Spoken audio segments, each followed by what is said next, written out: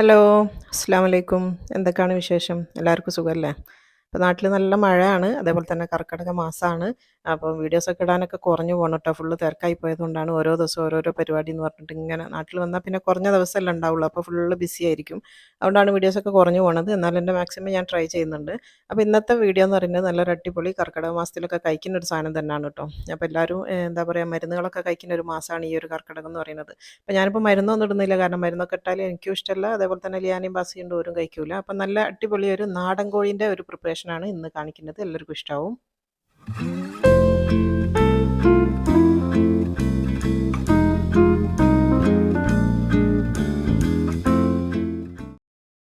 അപ്പോൾ നമുക്ക് പെട്ടെന്ന് വീഡിയോയിലേക്ക് പോവാം. ഇപ്പം ഞാൻ പറഞ്ഞല്ലോ നാടൻ കോഴിയാണിത്. ഇതെൻ്റെ ഉമ്മ കൊണ്ടു തന്നതാണ് കേട്ടോ. ഉമ്മ പോറ്റുന്ന കോഴിയാണ്. എല്ലാ പ്രാവശ്യവും ഇതേപോലെ തന്നെ കോഴി ഉമ്മ വന്നാൽ അവിടുന്ന് അറുത്തിട്ട് ഇവിടെ കൊണ്ടുത്തരലാണ്. അപ്പോൾ ഈ ഒരു കോഴിൻ്റെ വെയിറ്റ് എന്ന് പറയുന്നത് 1,200 ഉണ്ട് കേട്ടോ. അതിന് ശേഷമുള്ള ചിക്കൻ്റെ വെയിറ്റാണ് ഞാൻ പറഞ്ഞത് 1,200 ഉണ്ട്. അപ്പോൾ നാടൻ കോഴി ആകുമ്പോൾ നിങ്ങൾക്ക് അറിയാമല്ലോ ഇതിൽ ഇറച്ചി കുറവായിരിക്കും, എല്ലാമാണ് കൂടുതലുണ്ടാവുക. ഇങ്ങനെ ഈ ഒരു രീതിയിലാണ് ഉണ്ടാവുക. നമ്മളെ ബ്രോയിലർ കോഴി പോലെയല്ല, നാടൻ കോഴിയാണ്. കുറച്ച് വേവും ഉണ്ടാവും. പിന്നെ അതിൻ്റെ ഉള്ളിലുള്ള മുട്ടയാണ് ഇട്ടത്. അപ്പോൾ ഈ ഒരു കർക്കിടകത്ത് കഴിക്കുന്ന കോഴീൻ്റെ കണക്ക് എന്ന് പറഞ്ഞാൽ മുട്ടടാനായ കോഴീനാണ് ശരിക്കും ഈ മരുന്നിന് വേണ്ടിയിട്ടൊക്കെ ഉപയോഗിക്കുക. ഒന്നുകിൽ മുട്ട ഇടുന്നതായിരിക്കണം, അല്ലെങ്കിൽ മുട്ട ഇടാനായ കോഴിയാണ് ഏറ്റവും ഉചിതം എന്ന് പറയുക. ഏറ്റവും പെർഫെക്റ്റ് അതാണ് മുട്ടടാനായിട്ടുള്ള കോഴി. അപ്പോൾ ഞാനിപ്പോൾ എടുത്തത് മുട്ട ഇടുന്ന കോഴിയാണ് ഉമ്മ കൊണ്ടു തന്നത്. അപ്പോൾ അതാ മുട്ട സെപ്പറേറ്റ് ചെയ്ത് അതും വെച്ചിട്ടുണ്ട്. ഇനിയിപ്പോൾ ഇത് നമുക്ക് കുക്കറിലിട്ടിട്ട് ഇതൊന്ന് വേവിക്കണം.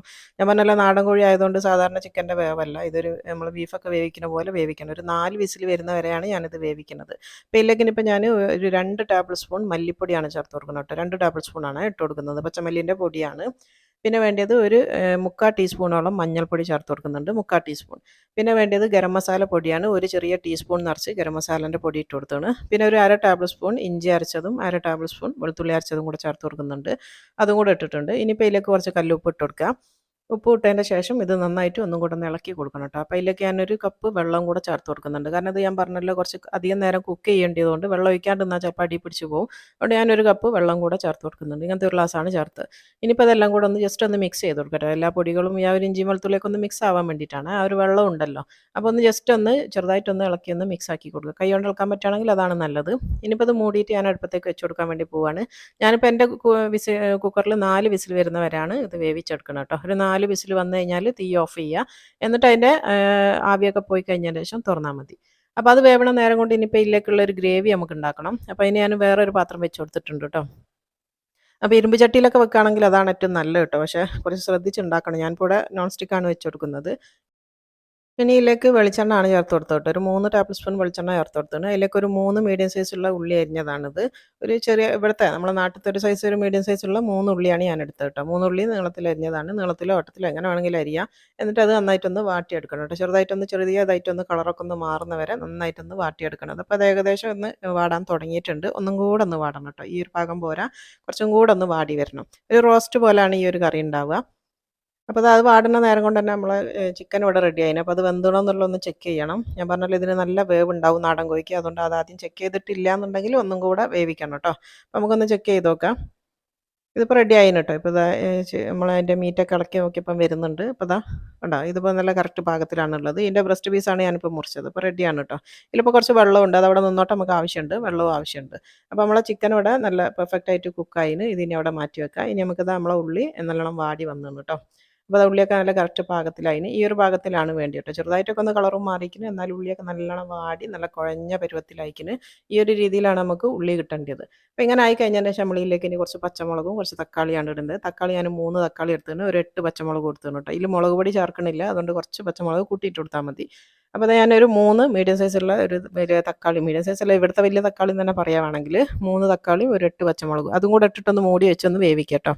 2-3 മിനിറ്റ് കൊണ്ട് തന്നെ അതാവും. അതാവണ നേരം കൊണ്ട് നമ്മൾ ഇതിന് തിന്നാനുള്ള ദോശ ഉണ്ടാക്കുകയാണ്. അപ്പോൾ നമ്മൾ ഈ അരിദോശ എന്നാണ് പറയുക. പച്ചരിയും ചോറും ഇട്ട് തേങ്ങ ഇട്ടിട്ട് അരക്കുന്ന ഒരു സാധനമാണ്. എല്ലാവരും ഉണ്ടാക്കുന്ന സാധനം തന്നെ ആയിരിക്കും. ഇതിന് പല സ്ഥലത്തും പല പേരായിരിക്കും ഉണ്ടാവുക. അപ്പോൾ ഞാനൊരു 2 കപ്പ് പച്ചരി ഇവിടെ തലേന്ന് തന്നെ കുതിർത്തി വെച്ച് നല്ല ഊറ്റിയെടുത്തതാണ് കേട്ടോ. അത് കഴുകിയതാണ്.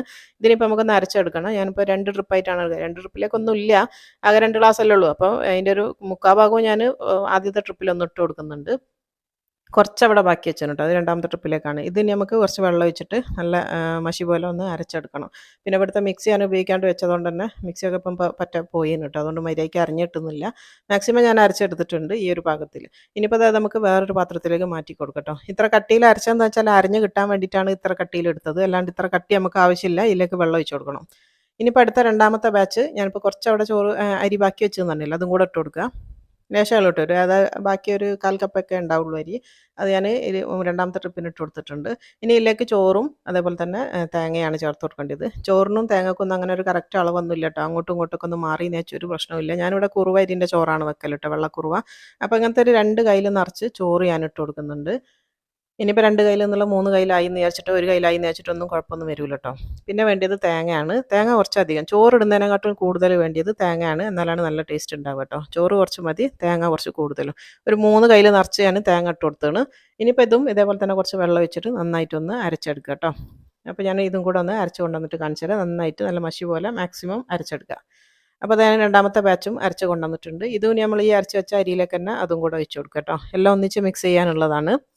അപ്പോൾ അതും കൂടെ ചേർത്ത് കൊടുത്തിട്ടുണ്ട്. ഇനി ഇതിൽ കുറച്ച് വെള്ളം ഒഴിച്ചിട്ട് നന്നായിട്ട് ഒന്നും കൂടെ ഒന്ന് ലൂസാക്കി എടുക്കണം. അപ്പോൾ ഞാനിപ്പോൾ ആ മിക്സിയിലേക്ക് തന്നെ കുറച്ച് വെള്ളം ഒഴിച്ച് കൊടുത്തിട്ട് അതൊന്ന് കഴുകി ഇതിലേക്ക് ഒഴിച്ചാൽ മതി. അപ്പോൾ ലൂസായി കിട്ടിക്കോളും. കുറച്ചധികം തന്നെ വെള്ളം വേണം കേട്ടോ. ഒരു 1.5 കപ്പോളം ഞാനിപ്പോൾ വെള്ളം ഒഴിച്ച് കൊടുത്തിട്ടുണ്ട്. എന്നിട്ട് ആ മിക്സി ഒന്നും കൂടെ ഒന്ന് അടിച്ചിട്ട് ഇതിലേക്ക് തന്നെ ഒഴിച്ച് കൊടുക്കുക. അപ്പോൾ ആ മിക്സി കഴുകിയ വെള്ളം കൂടിയായി. അപ്പോൾ അത് ആ വെള്ളം മുഴുവനായിട്ട് ഇതിലേക്ക് ചേർത്ത് കൊടുക്കുക കേട്ടോ. അപ്പോൾ ഇതിന് പിന്നെ കറക്റ്റ് പാകത്തിലാണ്. കുറച്ച് ലൂസായിട്ടുള്ള ബാറ്ററാണ് നമുക്ക് വേണ്ടത്. ഇനിയിപ്പോൾ ആവശ്യത്തിന് ഉപ്പിട്ട് കൊടുക്കുക. ഏകദേശം ഒരു 1.5 ടീസ്പൂൺ ഉപ്പിട്ട് കൊടുത്താണ്. അത് റെഡിയാണ് കേട്ടോ. ഒരു 1.5 ടീസ്പൂൺ റെഡിയാണ് ഇതിലേക്ക്. അതും കൂടെ ഇട്ടതിന് ശേഷം നന്നായിട്ടൊന്ന് ഇളക്കി മിക്സ് ആക്കി കൊടുക്കട്ടോ. നല്ലോണം യോജിപ്പിച്ചെടുക്കുക. അപ്പോൾ ഇതിൻ്റെ ബാറ്ററാണ് ശ്രദ്ധിക്കേണ്ടത്. ഭയങ്കര കട്ടിയിലുണ്ടാവാൻ പാടില്ല. ഈ ഒരു അരിദോശ എന്ന് പറഞ്ഞാൽ നല്ല ലൂസായിട്ടായിരിക്കണം ബാറ്റർ ഉണ്ടാവേണ്ടത്. അപ്പോൾ ഈ ഒരു പാകത്തിലിട്ട് നമുക്ക് കോരി വയ്ക്കാൻ പറ്റുന്ന നല്ലൊരു വെള്ളം പോലത്തെ ഒരു ബാറ്ററില്ലേ, ആ ഒരു പാകത്തിലാണ് വേണ്ടത്. എന്നാലാണ് നല്ല ടേസ്റ്റ് ഉണ്ടാവുക. നല്ല കട്ടിയിലാക്കി എടുക്കുന്ന സമയത്ത് ഇനി കുറച്ചൊരു ഉറപ്പ് വരികയാണ് ചെയ്യുക. അപ്പോൾ അതുകൊണ്ട് കുറച്ച് ലൂസായിട്ടാണ് ഏറ്റവും നല്ലത്. അപ്പോൾ നമ്മളെ ദോശൻ്റെ ബാറ്റർ ഇവിടെ റെഡി ആയിന്. ഇപ്പം നമ്മൾ തക്കാളി ചേർത്ത് നമ്മൾ മൂടി വെച്ചിട്ട് 2-3 മിനിറ്റ് ആയിട്ടുണ്ട്. ഇതിപ്പം നല്ല പാകത്തിൽ തക്കാളിയൊക്കെ ഒന്ന് കുഴഞ്ഞ് വന്നു കേട്ടോ. ഈ ഒരു പാകത്തിൽ നന്നായിട്ടൊന്ന് വേവിച്ചെടുക്കണം. അപ്പോൾ അത് തക്കാളിയൊക്കെ നന്നായിട്ട് വെന്ത് കുഴഞ്ഞ്, ഇതിപ്പോൾ കണ്ടില്ലേ, ഉള്ളിയും തക്കാളിയൊക്കെ നന്നായിട്ടൊന്ന് യോജിച്ച് വന്നാണ്. ഇനി ഇതിലേക്ക് പൊടികളാണ് വേണ്ടത്. ഇനിയിപ്പോൾ കുറച്ച് ഇഞ്ചി, കുറച്ച് വെളുത്തുള്ളി, ഒരു 1/4 ടീസ്പൂണോളം ചേർത്തിട്ടുള്ളൂ. കാരണം ഓൾറെഡി നമ്മൾ ചിക്കനിൽ വേവിച്ചതാണ്. അപ്പോൾ അതുകൊണ്ട് ഒരു 1/4 ടീസ്പൂൺ ഇഞ്ചിയും 1/4 ടീസ്പൂൺ വെളുത്തുള്ളിയും ചേർത്ത് കൊടുത്താണ്. കൂടുതൽ സമയമൊന്നും വേണ്ട, ഒരു മിനിറ്റ് മതി. ഒരു മിനിറ്റ് കൊണ്ട് ഇതൊന്ന് ഇളക്കി മിക്സ് ആക്കിയാൽ അതങ്ങ് വാടി വന്നോളും. ഇനിയിപ്പോൾ ഇതിലേക്ക് ഇട്ട് കൊടുക്കുന്നത് കുറച്ച് കുരുമുളക് ഞാനിവിടെ ചതച്ച് വെച്ചിട്ടുണ്ട്. ഇതിപ്പോൾ ഒരു സ്പൂൺ ഉണ്ടാവും കേട്ടോ, ഒരു ടേബിൾ സ്പൂൺ ഉണ്ടാവും. ഒന്ന് ചതച്ചെടുത്തതാണ്. ഫ്രഷ് ആയിട്ട് ചതച്ചെടുക്കലാണ് ഏറ്റവും ടേസ്റ്റ് കേട്ടോ. പൊടി ഉപയോഗിക്കേണ്ട, അങ്ങനെ ചതച്ചെടുത്താൽ മതി. അപ്പോൾ ഒരു ടേബിൾ സ്പൂൺ കുരുമുളകും കൂടെ ചേർത്ത് കൊടുത്തിട്ടുണ്ട്. ഇതിൻ്റെ എരിവ് എന്ന് പറയുന്ന പച്ചമുളകും ഈ ഒരു കുരുമുളകും മാത്രമാണ് കേട്ടോ. അപ്പോൾ അത് നിങ്ങളെ ഇഷ്ടത്തിനനുസരിച്ച് കൂട്ടുകയും കുറയ്ക്കുകയൊക്കെ ചെയ്യാം. ഇനിയിപ്പോൾ ഞാൻ ഈ ഗ്രേവിയിലേക്ക് വേണ്ടി ഉപ്പ് കുറച്ചും കൂടെ ഇട്ട് കൊടുക്കുന്നുണ്ട്. ഞാനിപ്പോൾ ചിക്കനിൽ നോക്കിയപ്പോൾ കുറച്ച് ഉപ്പ് കുറവാണ് കേട്ടോ. അപ്പോൾ അതുകൊണ്ട് തന്നെ ഇതിൽ കുറച്ച് ഇട്ട് കൊടുത്തിട്ടുണ്ട്. ചിക്കനിൽ കുറച്ച് കുറഞ്ഞു പോയിക്കണം. അപ്പോൾ അതായത് ഇപ്പോൾ ഉള്ളിലേക്ക് ഇട്ട് കൊടുത്തപ്പം കറക്റ്റ് ആയിണ്. ഇനിയിപ്പോൾ നമ്മൾ എന്താ ചെയ്യേണ്ടതെന്ന് വെച്ചാൽ വേവിച്ച് വെച്ച നമ്മളെ ചിക്കൻ ഇതിലേക്ക് ഇട്ട് കൊടുക്കുക കേട്ടോ. ഇതിൽ വേറെ ഇനി നമ്മൾ മല്ലിപ്പൊടിയോ അല്ലെങ്കിൽ മഞ്ഞൾപ്പൊടിയോ ഒന്നും ചേർക്കേണ്ടതില്ല. കാരണം അതെല്ലാം നമ്മൾ ചിക്കനിൽ ചേർത്ത് കൊടുത്തിട്ടുണ്ട്. ഇനി കൂടുതലായാൽ ആ ഒരു മല്ലിൻ്റെ ഒക്കെ ഒരു ചോയ മുന്നിട്ട് നിൽക്കുന്ന പോലെ തോന്നും. അപ്പോൾ അത് വേണ്ട, ഈ ഒരു രീതിയിൽ മതി കേട്ടോ. എന്നിട്ട് ഈ ഒരു ഗ്രേവി അടക്കമുണ്ടല്ലോ, അതിൻ്റെ വെള്ളം കൂടെ വരുന്നതിനെ കൊണ്ട് ആ ഒരു രീതിയിൽ തന്നെ കിടന്ന് ഒന്ന് വറ്റിച്ചെടുക്കുന്ന സമയത്ത് അതിൻ്റെ ഗ്രേവിക്കും എല്ലാം നല്ലൊരു ടേസ്റ്റ് വരികയാണ് ചെയ്യുക. അപ്പോൾ അതുകൊണ്ട് തന്നെ വേറെ എക്സ്ട്രാ ഒന്നും ചേർക്കേണ്ടിയില്ല. നമ്മൾ ഗരം മസാലയൊക്കെ ഇട്ട് കൊടുത്തതാണ്. നമ്മൾ വേറെ ഇനി പട്ടയും ഗ്രാമ്പും ഏലക്കായി അതൊന്നും ചേർക്കണ്ട. നമ്മൾ ഓൾറെഡി ഗരം മസാലേൻ്റെ മിക്സാണ് ഇതിലിട്ട് കൊടുത്തത്. ഇനിയിപ്പോൾ അത് ലാസ്റ്റ് നമ്മൾ എന്താ ചെയ്യേണ്ടതെന്ന് വെച്ചാൽ നമ്മൾ എടുത്ത് വെച്ച ഇതിൻ്റെ മുട്ട ഉണ്ടല്ലോ, അത് ലാസ്റ്റ് ചേർത്ത് കൊടുത്താൽ മതി. കാരണം ഇതിന് അധികം വേവില്ലല്ലോ. അപ്പോൾ ഇതിൻ്റെ ഉള്ളിൽ നിന്ന് കിട്ടുന്ന ഈ ഒരു മുട്ടയാണിത്. മൊത്തത്തിൽ ഞാനൊന്ന് ഇട്ട് കൊടുത്തിട്ടുണ്ട്. എന്നിട്ട് ഇത് മൂടി വെച്ചിട്ട് ഒരു 5 മിനിറ്റ് നേരം ചെറിയ തീയിൽ ഇതൊന്ന് വറ്റിച്ചെടുക്കുക കേട്ടോ. ഒന്ന് മൂടി വെച്ചിട്ട് ഒരു മീഡിയം തീ, നന്ന സിമ്മിലാക്കേണ്ട, ഒരു മീഡിയം തീ മതി. മീഡിയത്തിലാക്കി വെച്ചിട്ട് ഒന്ന് മൂടി വെച്ച് കഴിഞ്ഞാൽ പെട്ടെന്ന് ഇതൊന്ന് വറ്റി വരും. നിങ്ങൾക്ക് എത്രത്തോളം വറ്റിക്കണം എന്നുള്ളതൊക്കെ നിങ്ങളുടെ ഇഷ്ടത്തിനനുസരിച്ച് എടുക്കാം. ഞാനിപ്പോൾ മുഴുവനായിട്ട് വറ്റിക്കണില്ല, ഒരു പകുതി ഒന്ന് വറ്റിക്കോട്ടെ. അപ്പോൾ അതവിടെ മൂടി വെച്ചിട്ടുണ്ട്. ഇപ്പോൾ നമ്മളെ കറി നല്ല പാകത്തിനൊന്ന് കുറുകി വന്നിട്ട് നമുക്കൊന്ന് നോക്കാം. അപ്പോൾ മുഴുവനായിട്ട് ഞാൻ പറഞ്ഞല്ലോ, ഫുള്ളായിട്ട് ഞാൻ വറ്റിച്ചെടുത്തിട്ടില്ല. ഈ ഒരു ഭാഗത്തിലാണ് എടുത്തത്. അപ്പോൾ അത് ഞാൻ കുറച്ച് കരിവേപ്പിലയും കൂടെ ഇട്ട് കൊടുക്കുന്നുണ്ട്. കരിവേപ്പിലൊക്കെ നിങ്ങൾക്ക് കുറച്ച് മുന്നേ ചേർക്കണം എന്നുണ്ടെങ്കിൽ അങ്ങനെയൊക്കെ ചേർത്ത് കൊടുക്കാം കേട്ടോ. ലാസ്റ്റ് ചേർക്കുന്ന സമയത്ത് നല്ലൊരു ഫ്ലേവർ വരും. അപ്പോൾ കുറച്ച് മുന്നേ ചേർക്കുക, കുറച്ച് ലാസ്റ്റും വേണമെങ്കിൽ അങ്ങനെയും ചേർത്ത് കൊടുക്കുക. ഞാൻ പിന്നെ കരിവേപ്പില ചേർക്കണേലും മല്ലിച്ചപ്പ് ചേർക്കണേലൊക്കെ കുറച്ച് വയ്യോട്ടാണ്. അതുകൊണ്ടാണ് ലാസ്റ്റ് ആയി പോയത് കേട്ടോ. അപ്പോൾ നമ്മൾ ചിക്കൻ അവിടെ റെഡിയായി, ഞാൻ അവിടെ മാറ്റി വെച്ചിട്ടുണ്ട്. ഇനിയിപ്പോൾ നമ്മൾ ദോശയാണ് ചുട്ടെടുക്കാൻ വേണ്ടി പോകുന്നത്. ഞാനൊരു പാൻ വെച്ച് കൊടുത്തിട്ടുണ്ട്. എന്നിട്ട് ആദ്യം തന്നെ നമുക്ക് ഇതിലേക്ക് കുറച്ച് മാവ് വെച്ച് കൊടുക്കാം കേട്ടോ. ഒരു 1-2 കയ്യിൽ മാവ് ഇങ്ങനെ വെച്ച് കൊടുക്കുക. അപ്പോൾ ഇതിൻ്റെ ഒരു ബാറ്ററിൻ്റെ കണക്ക് നിങ്ങൾ കാണുന്നുണ്ടാവും. ഒരു 1 അല്ലെങ്കിൽ 1.5 മതി കേട്ടോ. എന്നിട്ട് അതൊന്ന് ചുറ്റിച്ച് കൊടുക്കുക കേട്ടോ. ഒന്ന് ചുറ്റിച്ചാൽ റെഡിയായി വന്നോളും. ആദ്യത്തേത് ലേശം ഒരു ഇതുണ്ടാവും. എൻ്റേതാണെങ്കിൽ പുതിയ പാനും കൂടി ആയതുകൊണ്ട് അതിൽ നിന്ന് ഒലിക്കാൻ തുടങ്ങിയിട്ടുണ്ട്. തിരിച്ച് നോൺ സ്റ്റിക്ക് ആയതുകൊണ്ട് പെട്ടെന്ന് തന്നെ ഒലിച്ച് പോരുന്നു. അപ്പോൾ ആദ്യത്തേതൊന്ന് റെഡിയായി കഴിഞ്ഞാൽ പിന്നെ അങ്ങ് ശരിയായിക്കോളും. അപ്പോൾ അതാ ഞാൻ നിറച്ച് ഒഴിച്ച് കൊടുത്തിട്ടുണ്ട്. ഓരോന്നിൻ്റെയും വലിപ്പമൊക്കെ നിങ്ങളുടെ ഇഷ്ടത്തിനനുസരിച്ച് കൂട്ടിയും കുറയ്ക്കുകയൊക്കെ ചെയ്യാം. നല്ല ചെറുതാക്കി ചുട്ടാലൊക്കെ നല്ല ടേസ്റ്റ് ഉണ്ടാവും കേട്ടോ. ഞാനിപ്പോൾ ഈ ഒരു പാനിലാണ് ചുട്ടെടുക്കുന്നത്. വേഗം വേഗം കഴിയുകയും ചെയ്യും ഈ ഒരു വലുപ്പത്തിലാകുമ്പോൾ. ഇനിയിപ്പോൾ ഇതിൻ്റെ മേലെ ചെറുതായിട്ടൊന്ന് ഓയിലൊന്നാക്കി കൊടുത്തിട്ടുണ്ട്. ഓയിലോ നെയ്യോ വെളിച്ചെണ്ണ നിങ്ങൾക്ക് ഇഷ്ടമുള്ള ആക്കി കൊടുക്കുക. എന്നിട്ട് ഇതൊന്ന് തിരിച്ചിട്ട് കൊടുക്കുക. അപ്പോൾ അതൊന്ന് തിരിച്ചിട്ട് കൊടുത്തിട്ടുണ്ട്. നല്ല ടേസ്റ്റാണ് കേട്ടോ. ഈ ഒരു ദോശ എന്ന് പറയുന്നത് എന്തിൻ്റെ കൂടെയും കഴിക്കാൻ പറ്റുന്നതാണ്. സൂപ്പറാണ്. പിന്നെ പെട്ടെന്ന് ഉണ്ടാക്കുകയും ചെയ്യാം. നമ്മൾ കുഴച്ച് പരത്തുകയല്ല അങ്ങനത്തെ ഒന്നും ഒരു പണിയുമില്ല. പെട്ടെന്ന് ഉണ്ടാക്കാൻ പറ്റുന്ന ഈസി ആയിട്ടുള്ളൊരു സാധനമാണ്. അപ്പോൾ അതാ ഫസ്റ്റത്തെ ദോശ ഇവിടെ റെഡി ആയിട്ടുണ്ട്. ഞാനത് കാസറോളിലേക്ക് മാറ്റി കൊടുക്കുകയാണ്.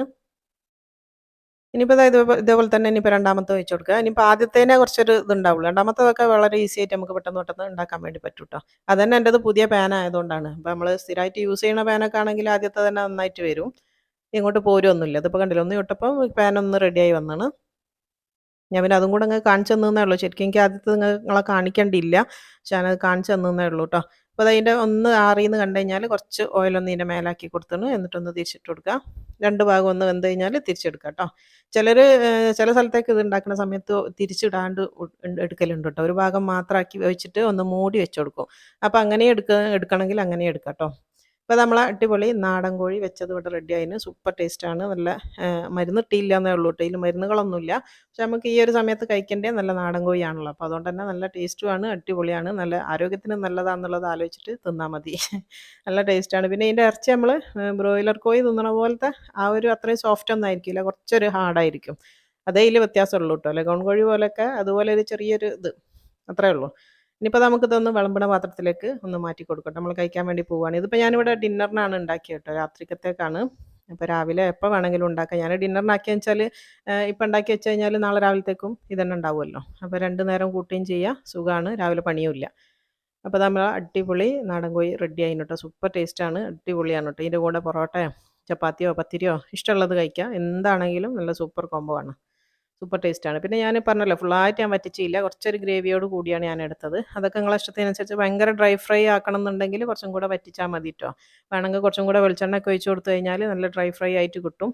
അങ്ങനെ ഇഷ്ടമുള്ളവർ അങ്ങനെയും ചെയ്യാം കേട്ടോ. കുറച്ചും കൂടെ വെളിച്ചെണ്ണയൊക്കെ ഒഴിച്ച് കൊടുത്തിട്ട് ഒന്നും കൂടെ വറ്റിച്ചാൽ നല്ല അടിപൊളിയായിട്ട് കിട്ടും. അപ്പോൾ നമ്മൾ അടിപൊളി ചിക്കൻ ഇവിടെ റെഡി ആയിന്. നാടൻ കോഴി കേട്ടോ. അപ്പോൾ കിട്ടുന്നവർ, അപ്പോൾ എനിക്ക് തോന്നുന്നത് നാട്ടിലൊക്കെയാണ് നമുക്ക് ഈ ഒരു നാടൻ കോഴി കിട്ടുക എന്ന് പറയുന്നത്. അപ്പോൾ കിട്ടുന്ന ആൾക്കാർ ഒന്ന് ട്രൈ ചെയ്ത് നോക്കുക. സൂപ്പറാണ്. പ്രത്യേകിച്ച് ഈ ഒരു മാസം കേട്ടോ. കർക്കിടകത്തിൽ കഴിക്കാൻ പറ്റുന്ന ഒരു അടിപൊളി സാധനമാണ്. അപ്പോൾ നമ്മളെ ദോശ ഇതവിടെ റെഡി ആയിന്. അപ്പോൾ ഞാനതൊരു പാത്രത്തിലേക്ക് അതും മാറ്റി കൊടുക്കുകയാണ്. ഞാൻ അതിൻ്റെ ഒരു ടെക്സ്ചർ ഞങ്ങൾക്ക് കാണിച്ചു തരാം കേട്ടോ. അത്രയും സോഫ്റ്റ് ആയിരിക്കും. സൂപ്പറാണ്. പിന്നെ ചൂടോടുകൂടി കഴിക്കാനാണ് നല്ല ടേസ്റ്റ് കേട്ടോ. ചൂട് അറിയുന്ന വെച്ചാൽ കുഴപ്പമുണ്ടെന്നല്ല, പക്ഷേ ചൂടോടുകൂടി കഴിക്കുമ്പോൾ ഒരു പ്രത്യേക ടേസ്റ്റാണ്. അപ്പോൾ നിങ്ങളെല്ലാവരും ഉണ്ടാക്കി നോക്കുക. ഉണ്ടാക്കി നോക്കിയിട്ട് ഫീഡ്ബാക്ക് ഒന്നും അറിയിക്കാൻ മറന്നു പോകരുത്. അതേപോലെ തന്നെ ഈ ഒരു മാസം കർക്കിടക മാസം തിന്നേണ്ടതാണ് നാടൻ കോഴി എന്ന് പറയുന്നത്. അപ്പോൾ കിട്ടുകയാണെങ്കിൽ കിട്ടുന്നവർ എല്ലാവരും ഒന്ന് ട്രൈ ചെയ്ത് നോക്കട്ടോ.